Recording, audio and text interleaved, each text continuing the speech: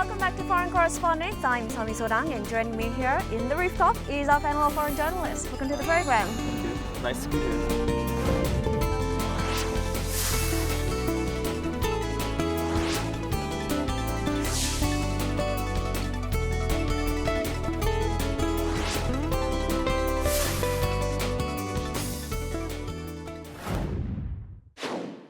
On March 20th, a local environmental activist group filed a petition against the government to the National Human Rights Commission, saying that the fine dust pollution in South Korea is violating the rights of South Korean citizens. This week on Foreign Correspondents, we sit down with our panel of journalists to discuss South Korea's worsening fine dust air pollution.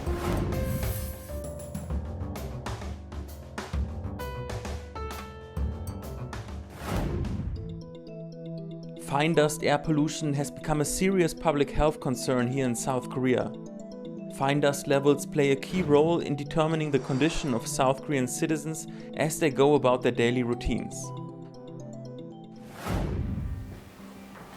Hi, Mr. Kretsma. Hello, Mr. Cha Sang-min. Nice to meet you. Nice to meet you. I'm Director of Air Intelligence Center of the K-Weather. Welcome to my company. Let's have a look. So, how are fine dust levels measured exactly? So, there are two things that I see the first time in my life. Maybe you can explain me what is that and what is that? 여기에 보이는 작은 것들은 실내에서의 공기질 측정 장비입니다. 이 작은 것에서는 미세먼지, 초미세먼지, 그리고 이산화탄소, 온도, 습도, 그다음에 휘발성 유기화합물 이런 6가지 또는 7가지 요소를 실시간으로 측정하는 것입니다. 똑같은 원리로 옆에 있는 거는 실외에서의 그 공기질 측정 장비입니다. 저기서는 미세먼지, 초미세먼지, 그리고 소음 이런 것들이 측정이 됩니다.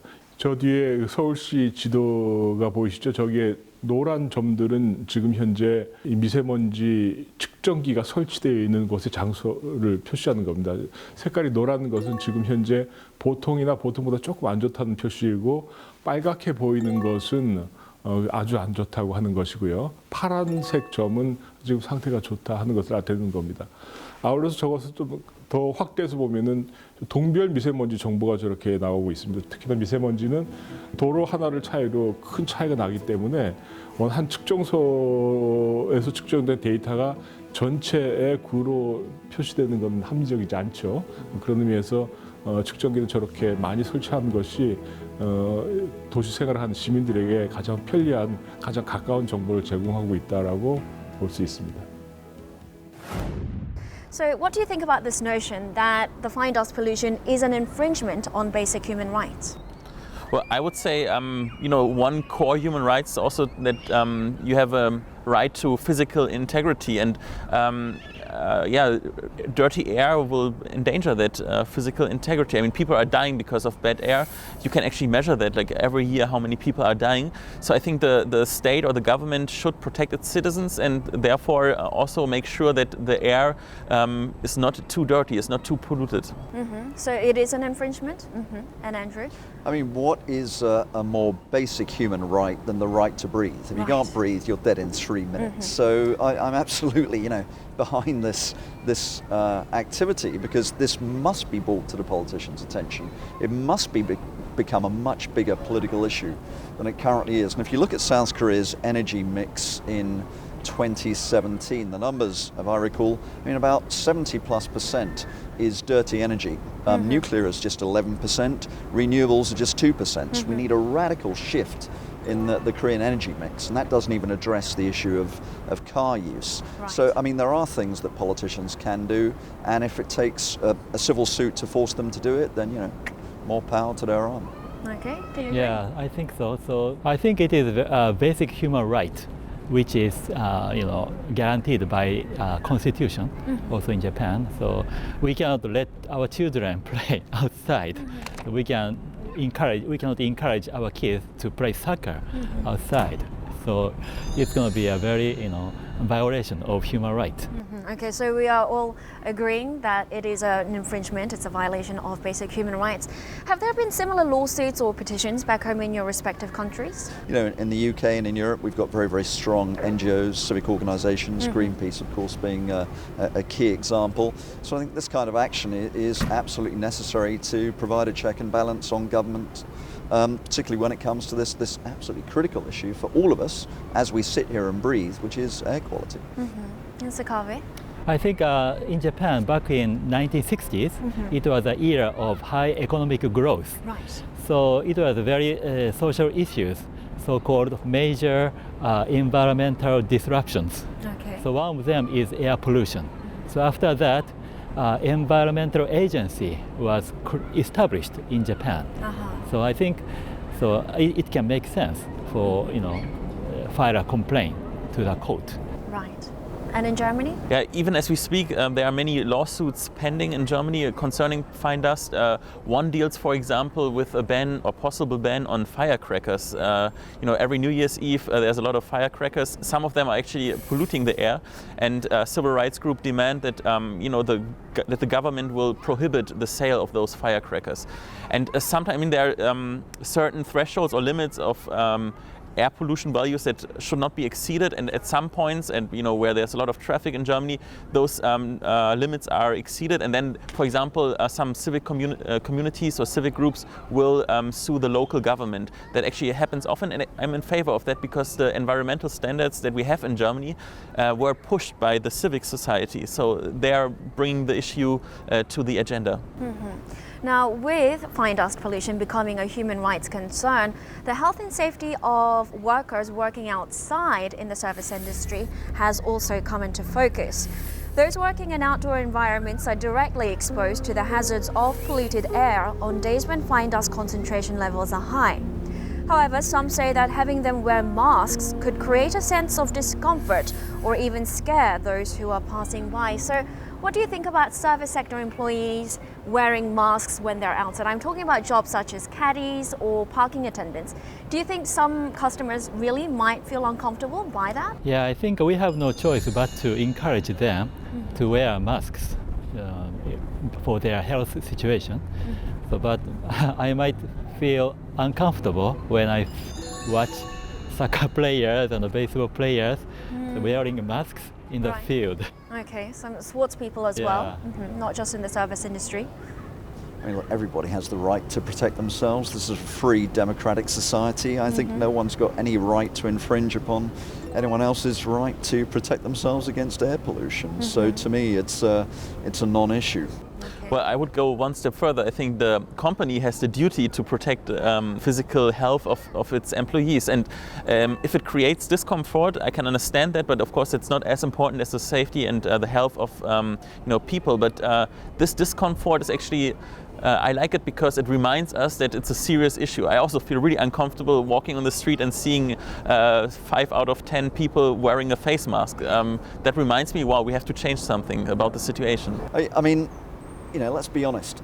However much we debate about the use of masks, this is a very, very peripheral part of the problem. The problem is the air quality and how to deal with it. These are just putting a plaster on an open wound. We need a much wider debate rather than these stopgap measures.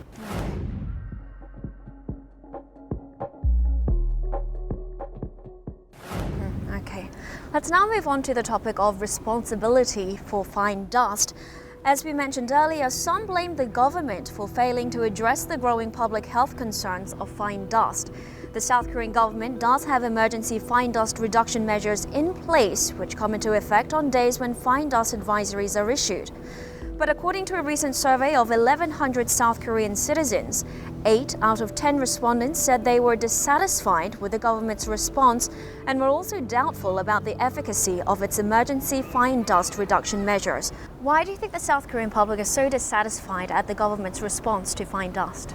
I think ideas are very interesting and unique and great. For example, artificial rain, also setting a big air purifier on the top of the building and painting a building.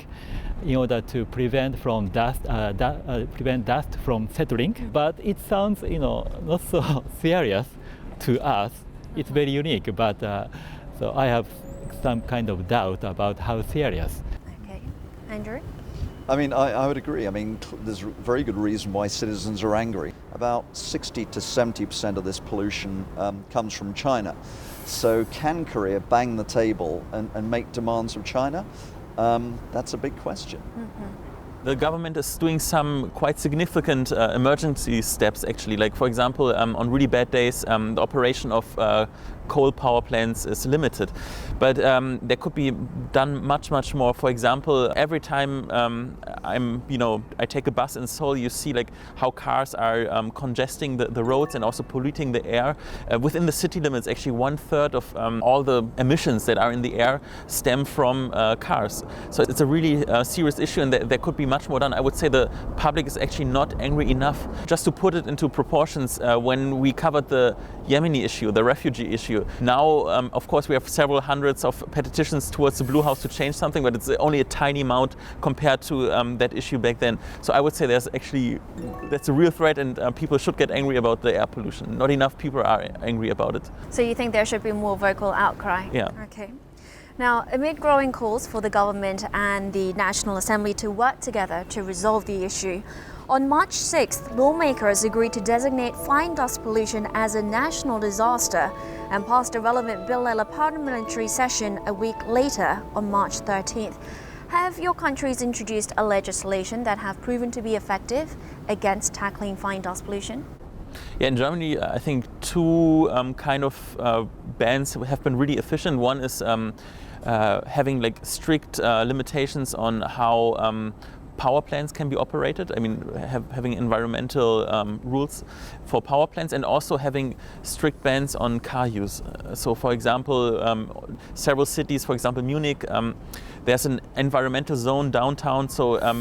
You can only drive if you have a really environmental friendly car in the downtown area, and those things have actually improved the air quality quite significantly.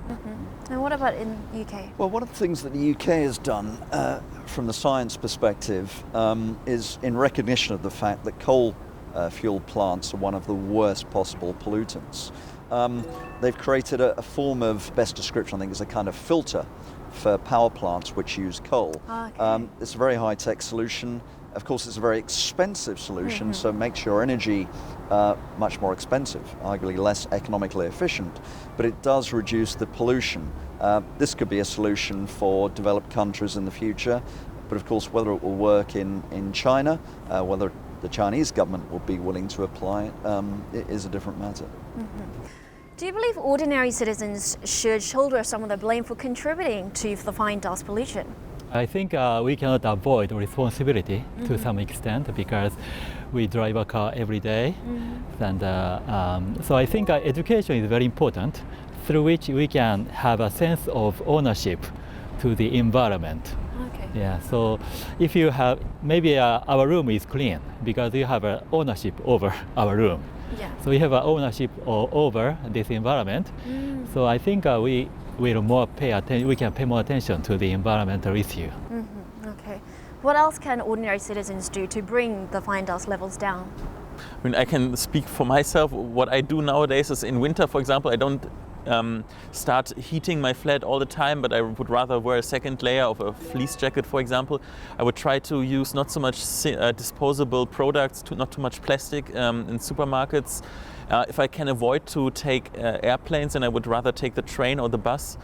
Taking public transport, not having a car, those kind of things can contribute. Of course, it's only like a drop on the hot stone, so to speak. But it's every citizen, of course, has responsibility for his or her actions.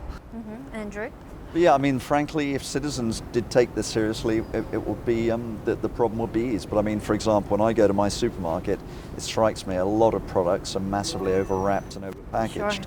Sure. Same thing in fast food restaurants, same thing in coffee shops. So, do we stop buying? Do we stop drinking coffee? No. I mean, it's incumbent in many cases upon the companies also to take action, because we live in an economy and we're reliant upon, product and service providers. Okay.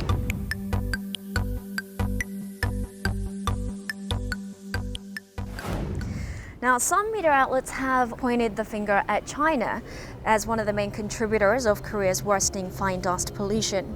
A recent survey also showed that the majority of South Koreans believe China and other neighboring countries were the source of fine dust. Amid these perceptions, there have been talks about sending a delegation to China in the near future to discuss the issue of fine dust. Do you agree that China is one of the main contributors of fine dust in Korea? Well, there were several studies proving that. Of course, some are a little bit controversial, but let's take, for example, the NASA study from 2017, I believe, and that basically said, like, it differs from day to day, but roughly 50% of the fine dust emissions actually come from China. But let's say even if it's only 30%, it's actually a big crime against South Korea. The whole dilemma is, what can South Korea do? I mean, we all remember the THAAD crisis. Okay. It seems very obvious to me that China is the world's second largest economy. It's a massively industrialized economy. The Gobi Desert, and there's increasing desertification. We're seeing, the dust is whipped off this desert by winds, is coming across the Chinese heartland, picking up all these pollutants along the way and then carrying them across the sea to us. And I believe it reaches Japan. I've heard on some days, some weeks, it even crosses the Pacific to Seattle. So it's an enormous problem. That having been said, China is aware of these problems. China is itself taking measures, but that doesn't change the fact that in every area of its economy, from shipbuilding to housing, there's massive overcapacity in China. That overcapacity is now being exported around the world via Belt and Road Initiative. So this problem is not going to go away. Some South Koreans are even advocating boycotting all Chinese products until China takes responsibility for the fine dust problem. What are your thoughts on this? That's a battle that clearly South Korea or South Korean consumers cannot win, because it will not hurt the Chinese economy that much if South Korean buyers will boycott Chinese products. On the other hand, if the Chinese government starts to retaliate and starts boycotts against South Korean products, then the South Korean economy is highly in danger. I mean, I'd agree with what Fabian just said. Look, we've got one trade war underway in the world. It's already having massive collateral impacts across East Asia. We don't need another one. So I'm a little bit cautious about such an approach to China, because the mechanism of how PM 2.5 is created is very unclear. So without solid proofs and persuasive numbers, so it will bring more problems to China, relationship between Korea and China. Okay, then let's talk about Japan and its relationship to China regarding fine dust. The Japanese media in its past reporting have also blamed China for the fine dust pollution. Does the Japanese public share that view, that the majority or the bulk of Japan's fine dust problem originates from China?